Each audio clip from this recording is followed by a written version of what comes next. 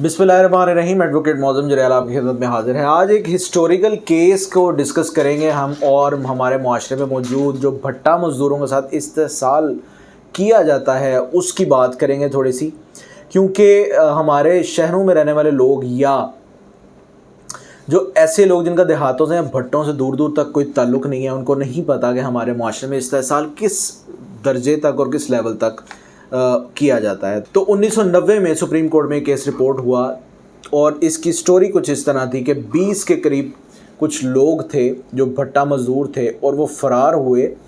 एक previous petition के through जब अदालत ने उनको रिहाई दिलवाई भट्टा जबरी मज़दूरी से, तो उनको दोबारा उनके मालिकान ने अपने पास रख लिया ज़बरदस्ती और उनसे काम करवाए थे, जहाँ से वो फ़रार इख्तियार कर जाते हैं और किसी तरीके से वो मैडम आसमा जहांगीर के करीब पहुंचते हैं और उनके थ्रू एक टेलीग्राम करते हैं चीफ जस्टिस ऑफ पाकिस्तान को, और उनको ये सारा सिनेरियो बताते हैं, जिसके ऊपर सुप्रीम कोर्ट एक्शन लेती है।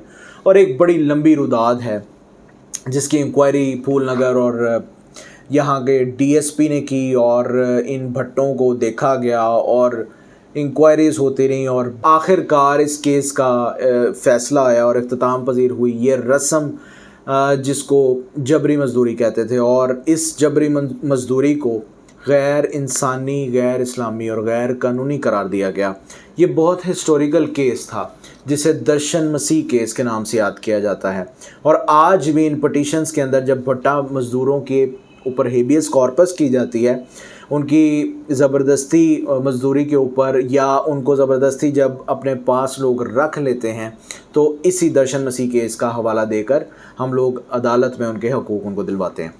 तो बेसिकली ये जो ज़बरदस्ती अपने पास भट्टा मालिकान मज़दूरों को रख लेते हैं, रखते क्यों हैं? इनका दर्शन मसीह केस में स्टांस क्या था? इनका बाकी केसेस में स्टांस क्या है?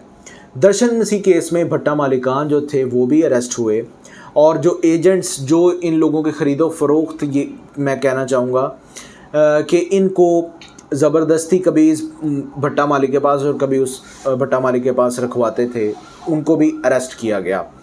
तो बेसिकली जो सुप्रीम कोर्ट की जजमेंट ने अल्फाज इस्तेमाल किए और जो बाद में आने वाली जजमेंट्स ने जिस पर रिलाई किया, एक टर्म है पेशगी। पेशगी का मतलब है पहले की हुई, पेश की रकम की बात कर रहे हैं हम।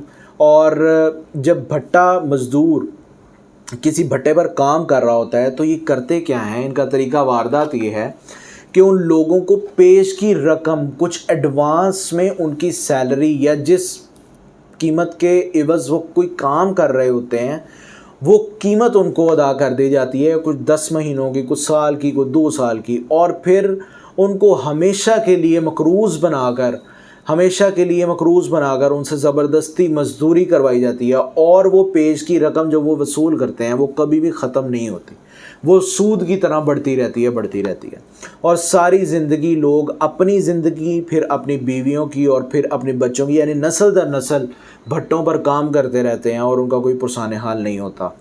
तो कोर्ट ने जो पेशगी रकम थी उसको डिसाइड किया कि ये पेश की रकम एक उधार है, ये इंसानी आज़ादी के बदले दी हुई कीमत नहीं है, किसी को कैद करने की कीमत नहीं है, ये एक उधार रकम है जिसको रिकवर करने के लिए अदालत और कानून में रास्ते मौजूद हैं। जैसे आप सिविल कोर्ट में जाकर दीवानी दावा फाइल कर सकते हैं, रिकवरी सूट कर सकते हैं, आप अपनी रकम को वहाँ से रिकवर कराएंगे, किसी को जंजीर डालकर अपने क्वार्टर में कैद करके या ज़बरदस्ती मजदूरी करवा के ये रकम नहीं वसूल करेंगे।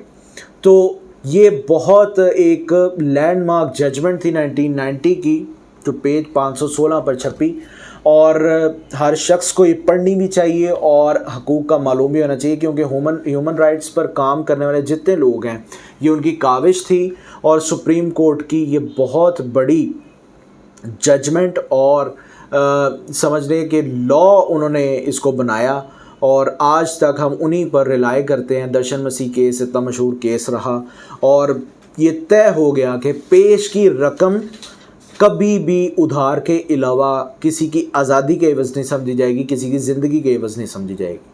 उससे आप रिकवरी करने के लिए अदालत में केस कर सकते हैं उसके ख़िलाफ़, उसको जबरन अपने पास मजदूरी नहीं करवा सकते।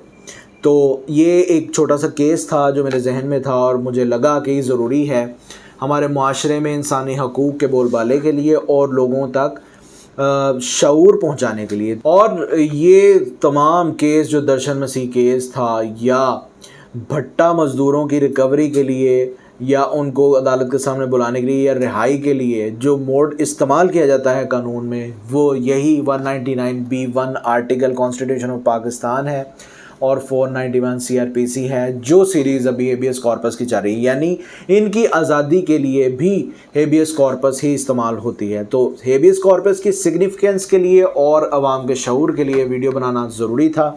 उम्मीद है ये वीडियो आपको पसंद आई होगी। मेरी मज़ीद वीडियोज़ को देखने के लिए चैनल को सब्सक्राइब कीजिएगा। अगली वीडियो तक के लिए अल्लाह निगहबान।